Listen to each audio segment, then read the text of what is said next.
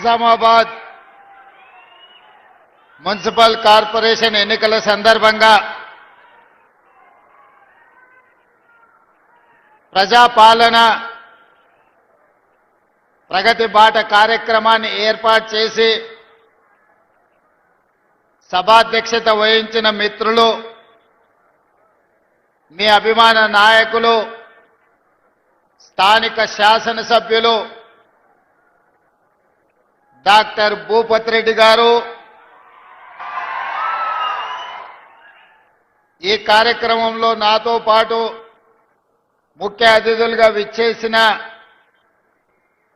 Incharge మంత్రివర్యులు పెద్దలు ఉత్తమ్ కుమార్ రెడ్డి గారు, అదేవిధంగా మరొక మంత్రివర్యులు పెద్దలు తుమ్మల నాగేశ్వరరావు గారు, అదేవిధంగా నిజామాబాద్ జిల్లా నుంచి కాంగ్రెస్ పార్టీ కార్యనిర్వాహక అధ్యక్షుడిగా, ఈనాడు కాంగ్రెస్ పార్టీ అధ్యక్షుడిగా, శాసనమండలి సభ్యుడిగా 2023 ఎన్నికలలో నేను ప్రజాక్షేత్రంలో తిరుగుతుంటే రాష్ట్ర స్థాయి నాయకుల సమన్వయం చేసిన మిత్రులు కాంగ్రెస్ పార్టీ అధ్యక్షులు మహేష్ కుమార్ గౌడ్ గారు, అదేవిధంగా బోధన్ శాసనసభ్యులు, ప్రభుత్వ సలహాదారులు, నాకు అత్యంత ఆప్తులు పెద్దలు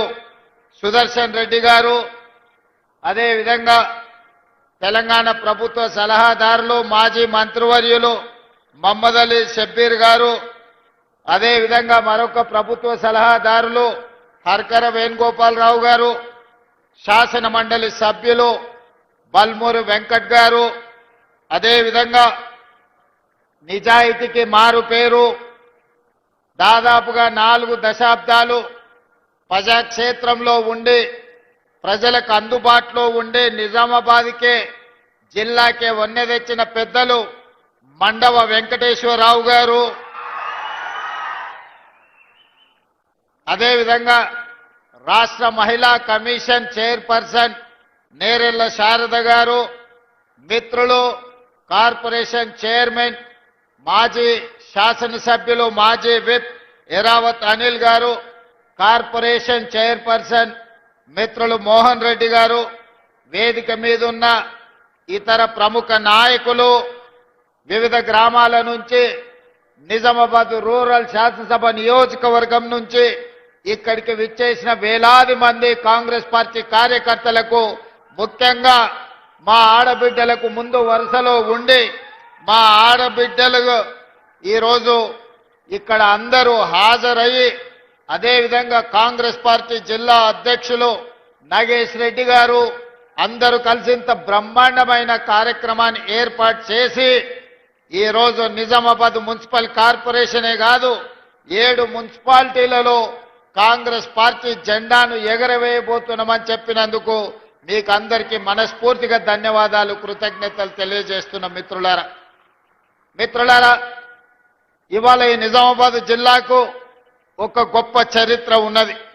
ఈ చరిత్ర గురించి ఈరోజు మనం మాట్లాడుకోవాల్సి వస్తే నా తెలంగాణ కోటి రతనాల వీణాని నినదించిన దాశరథి ఈ నిజామాబాదు గడ్డ మీద పుట్టిన బిడ్డ.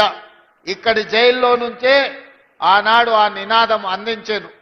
ఈరోజు ఈ జిల్లా నాయకత్వాన్ని చూస్తే ధర్మపురి శ్రీనివాస్ గారు కావచ్చు, సంతోష్ రెడ్డి గారు కావచ్చు, అరుగుల రాజారాం గారు కావచ్చు, తొలి తెలంగాణ ఉద్యమంలో ఆడబిడ్డలకు బంగారం అంటే ఎంతో మక్కువ, కానీ 69 తెలంగాణ ఉద్యమంలో తన సొంత బంగారాన్నే ఉద్యమానికి దానం చేసిన సదా లక్ష్మి గారు ఈ జిల్లా నుంచే నాయకత్వం వహించారు.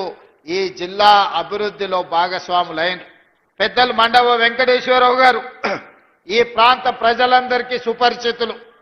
నిజామాబాద్ జిల్లా నుంచి నీతి నిజాయితీ కలిగిన నాయకుల పేర్లు చెప్పండి అనంటే మండవ వెంకటేశ్వరరావు గారు, సుదర్శన్ రెడ్డి గారు లాంటి వాళ్ళు ఈ జిల్లా నుంచి నాయకత్వం వహించి ఎన్నో సంవత్సరాలు మంత్రులుగా పనిచేసిన మచ్చలేని నాయకులుగా పనిచేసిన నాయకత్వాన్ని ఈ జిల్లా ప్రజలు మనకు అందించడం జరిగింది. ఈ నేపథ్యంలో ఈనాడు జరగబోతున్న మున్సిపల్ ఎన్నికలకు సంబంధించి ఈ రోజు విలక్షణమైన తీర్పు ఇవ్వాల్సిందిగా నిజామాబాద్ జిల్లా ప్రజల్ని నేను కోరుకుంటున్నా. మీకు అందరికీ తెలుసు 2014 తర్వాత 2 సార్లు శాసనసభ ఎన్నికల్లో టీఆర్ఎస్ పార్టీ కేసీఆర్ గారు ముఖ్యమంత్రిగా బాధ్యతలు చేపట్టిండ్రు. అదేవిధంగా జాతీయ స్థాయిలో జరిగిన పార్లమెంట్ ఎన్నికల్లో 3 సార్లు నరేంద్ర మోడీ గారు ప్రధానమంత్రిగా బాధ్యతలు చేపట్టిండ్రు. 12 సంవత్సరాలు నరేంద్ర మోడీ ప్రధానమంత్రిగా, 10 సంవత్సరాలు కల్వకుంట్ల చంద్రశేఖరరావు గారు ముఖ్యమంత్రిగా బాధ్యతలు చేపట్టి నిజామాబాద్ మున్సిపల్ కార్పొరేషన్ లో కూడా 2 సార్లు టీఆర్ఎస్ పార్టీని ఇక్కడ గెలవడం జరిగింది. నిజంగానే సమస్యలను పరిష్కరించి ఉంటే నిజామాబాద్ జిల్లాలో, నిజామాబాద్ నియోజకవర్గంలో, నిజామాబాద్ మున్సిపల్ కార్పొరేషన్ లో ఈ రోజు చెత్త కుప్పగా మారి మురికి కూపంగా మారుండే పరిస్థితులు కావు. ఈ 12 ఏళ్లలో బీజేపీ, ఈ 10 సంవత్సరాలలో టీఆర్ఎస్ ఏ ఒక్క సమస్యను పరిష్కరించకపోగా ఇక్కడ ఉన్న సమస్యలు మరింత జటిలమైనవి. అందుకే ఈనాడు నిజామాబాద్ జిల్లా ప్రజలకు నేను గుర్తు చేయదలుచుకున్నా. నిజామాబాద్ జిల్లా అంటే వ్యవసాయానికి మారు పేరు. అంకాపూర్ చికెన్ దేశంలోనికే ఒక ప్రఖ్యాతిగాంచింది. ఇవాళ పసుపు, నిజామాబాద్ పసుపు బంగారంతో పోటీ పడుతుంది. ఆయల్లో 1 క్వింటాల్ నిజామాబాద్ పసుపు అమ్మితే తులం బంగారం కొనుక్కునే పరిస్థితి ఉండే, క్వింటాల్ పసుపు మార్కెట్లో అమ్మి తులం బంగారం కొనుక్కొని ఇంటికి వచ్చేదని పెద్దలు చెప్పేటోళ్ళు. ఇక్కడ చెరుకు కానీ, ఇక్కడి పసుపు కానీ, ఇక్కడ వరి ధాన్యం కానీ, ఇక్కడి వ్యవసాయం తెలంగాణకే కాదు దేశానికే ఆదర్శం. నేను రైతు ధర్నాకు వచ్చినప్పుడు చెప్పిన, హర్యానా, పంజాబ్లో ఏ విధంగా పౌరుషంగా రైతాంగం కొట్లాడుతుందో, రైతుల సమస్య వచ్చినప్పుడు రైతాంగ హక్కుల కోసం, రైతుల గిట్టుబాటు ధర కోసం మొత్తం తెలంగాణ రాష్ట్రంలోనే మొట్టమొదట కదం దొక్కేది నిజామాబాద్ రైతాంగం. ఇక్కడి రైతుల్లో ఉన్న చైతన్యం, ఇక్కడ రైతుల్లో ఉన్న పట్టుదల, పోరాటం దేశానికి ఆదర్శం. అందుకే ఈనాడు రైతాంగ పోరాట పటిమ ఉన్న, ఈ ప్రాంతంలో గొప్ప నాయకత్వం ఉన్న కాంగ్రెస్ పార్టీ ఈనాడు గెలవాల్సిన అవసరం ఉన్నది. ఆనాడు ఎట్లయితే డాక్టర్ వైఎస్ రాజశేఖర రెడ్డి గారు, డి శ్రీనివాస్ గారి నాయకత్వంలో వాళ్ళిద్దరి జోడీలో 2004, 2009 ఎన్నికల్లో కాంగ్రెస్ పార్టీ అధికారంలోకి జరిగింది. అధికారంలోకి రావడం మనం కళ్ళతో చూసినాం.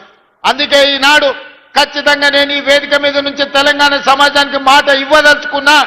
2023 ఎన్నికల్లో నేను పిసిసి అధ్యక్షుడిగా, మహేష్ గౌడ్ గారు కార్యనిర్వాహక అధ్యక్షుడిగా 2023 నాడు కాంగ్రెస్ పార్టీని అధికారంలోకి తీసుకొచ్చినాం. మళ్ళీ 2029లో మహేష్ గౌడ్ గారు పిసిసి అధ్యక్షుడిగా, నేను ముఖ్యమంత్రిగా, ఆనాడు డాక్టర్ వైఎస్ రాజశేఖర రెడ్డి, ధర్మపురి శ్రీనివాస్ గారు రెండోసారి ఏ విధంగా కాంగ్రెస్ ను అధికారంలోకి తీసుకొచ్చిండ్రో మళ్ళీ తెలంగాణ రాష్ట్రంలో రెండోసారి అధికారంలోకి తీసుకొచ్చే బాధ్యత తీసుకుంటాం. నేను పిసిసి అధ్యక్షుడు కాకముందు ఈడ రైతుల సమస్యల మీద నన్ను ఆహ్వానించి ఇక్కడ ఒక కార్యక్రమాన్ని ఏర్పాటు చేసింది. దారెంబట వేలాది మంది రోడ్ల మీదకి వచ్చి స్వాగతం పలుకుతే మధ్యాహ్నం 12కి రావాల్సిన నేను సాయంత్రం 5 గంటలకు సమావేశానికి వచ్చిన వేలాది మంది రైతులు ఆనాడు నిలబడి మీరందరూ ఆశీర్వదించారు కాబట్టి ఆ తర్వాత కాంగ్రెస్ పార్టీ అధ్యక్షుడిగా నాకు బాధ్యత ఇచ్చింది కాంగ్రెస్ పార్టీ. ఆ కాంగ్రెస్ పార్టీ అధ్యక్షుడిగా ప్రజాక్షేత్రంలో ప్రజా సమస్యల మీద కొట్లాడడంతో ఈనాడు తెలంగాణ రాష్ట్రంలో కాంగ్రెస్ పార్టీ అధికారంలోకి వచ్చింది. ఈ రోజు మీరు ఆనాడు అండగా నిలబడబట్టి అధిష్టానం దృష్టిలో ఖచ్చితంగా రేవంత్ రెడ్డి గారి నాయకత్వంలో పార్టీకి ఫలితాలు ఉంటాయని ఒక నిర్ణయం తీసుకోవడానికి నిజామాబాదే వేదిక అయ్యింది. నిజామాబాద్ జిల్లానే కారణమైంది. అందుకే నా మనసులో ఎప్పుడు నిజామాబాద్ జిల్లాకు ప్రత్యేకమైన స్థానం ఉంటుంది. ఈ జిల్లాలో ప్రాజెక్టులను పూర్తి చేయడానికి ఈ జిల్లాకు అదనంగా నిధులు మంజూరు చేయడానికి, ఈ జిల్లాకు రాజకీయ నేపథ్యం, రాజకీయంగా అవకాశాలు కల్పించడానికి నా శాయశక్తుల ప్రయత్నం చేస్తా. ఈ జిల్లా అభివృద్ధికి 100% సహకరిస్తా అని చెప్పి ఈ సందర్భంగా మిత్రులందరికీ తెలియజేస్తున్నా. మిత్రులారా, ఈనాడు కాంగ్రెస్ పార్టీ అధ్యక్షుడిగా మిత్రులు మహేష్ కుమార్ గౌడ్ గారు ఉన్నారు. వారు భూపతి రెడ్డి గారు నాకు చేసిన విజ్ఞప్తి మేరకు, పెద్దలు సుదర్శన్ రెడ్డి గారి సూచన మేరకు ఈ నిజామాబాద్ యూనివర్సిటీకి ఇంజనీరింగ్ కాలేజ్ కానీ, అగ్రికల్చర్ కాలేజ్ కానీ, ఇతర ఇంటిగ్రేటెడ్ స్కూల్స్ కానీ 600 కోట్ల రూపాయల రోడ్లతో ఈనాడు అభివృద్ధి కార్యక్రమాలు చేసుకున్నాం. ఈరోజు పిసిసి అధ్యక్షుడు, నేను అధ్యక్షుడు అయిన తర్వాత జిల్లాకు అదనంగా నిధులు ఇవ్వాలి, జిల్లాను అభివృద్ధి చేయాలి, మీ వంతు సహకారం ఉండాలి అని మిత్రుడు మహేష్ కుమార్ గౌడ్ గారి సూచనతోటి ఇవాళ ఈ అభివృద్ధి కార్యక్రమాలు అన్నిటిని కూడా ముందుకు తీసుకెళ్తున్నాం. ఇదే కాదు, నిజామాబాద్లో ఉన్న బాన్స్గడ కావచ్చు, కామారెడ్డి కావచ్చు, ఎల్లారెడ్డి కావచ్చు, బిచ్కుంద కావచ్చు, ఆర్మూర్ కావచ్చు, భీమ్గల్ కావచ్చు, బోధన్ మున్సిపాలిటీ కావచ్చు, నిజామాబాద్ మున్సిపల్ కార్పొరేషన్ 7 మున్సిపాలిటీలు ఒక కార్పొరేషన్లో 1045 కోట్ల రూపాయలతోని ఈనాడు అభివృద్ధి కార్యక్రమాలు మనం చేపట్టుకుంటున్నాం. తెలంగాణ రాష్ట్రంలో మున్సిపల్ శాఖ మంత్రిగా 17,445 కోట్ల రూపాయలు ఈ 2 సంవత్సరాలలో నిధులు మంజూరు చేసి అభివృద్ధి కార్యక్రమాలతో ముందుకు వెళ్ళాలనుకున్నాం. కానీ చాలా దగ్గరలో 99% రాష్ట్రంలో బీఆర్ఎస్ వాళ్ళే మున్సిపల్లో కౌన్సిలర్లు, కార్పొరేటర్లు, చైర్మన్లు, మేయర్లుగా ఉండడంతో మనం నిధులు ఇచ్చినా అభివృద్ధి కార్యక్రమాలు ముందుకు సాగలేదు.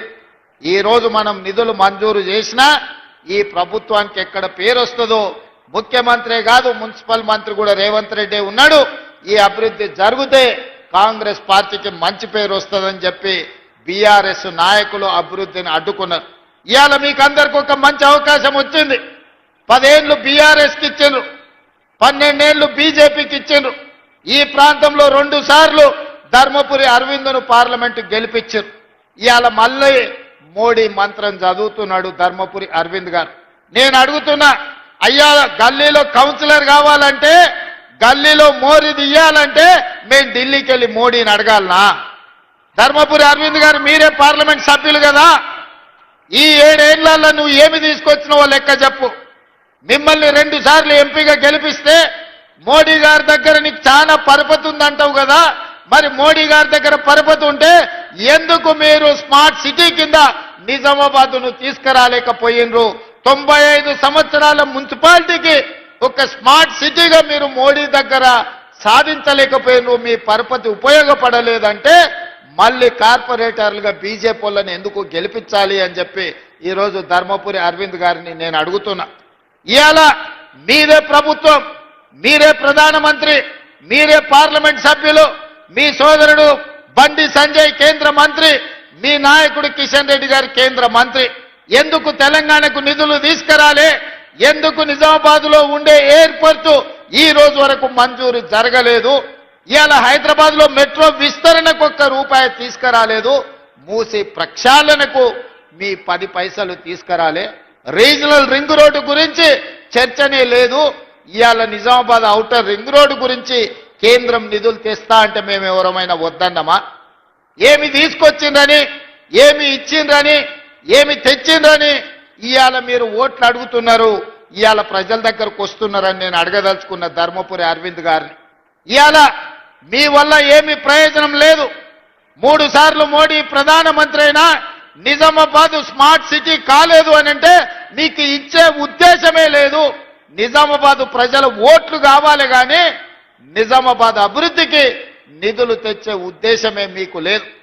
పాపం ధర్మపురి అరవింద్ గారు ఇప్పుడు కాదు అప్పుడు కేసీఆర్, కేటీఆర్, హరీష్ను జైల్లో పెట్టాలి, చిప్పకూడు దింపించాలని మాట్లాడుతుంటాడు. మరి కాళేశ్వరం 1,00,000 కోట్లు దిగమింగిండ్రు.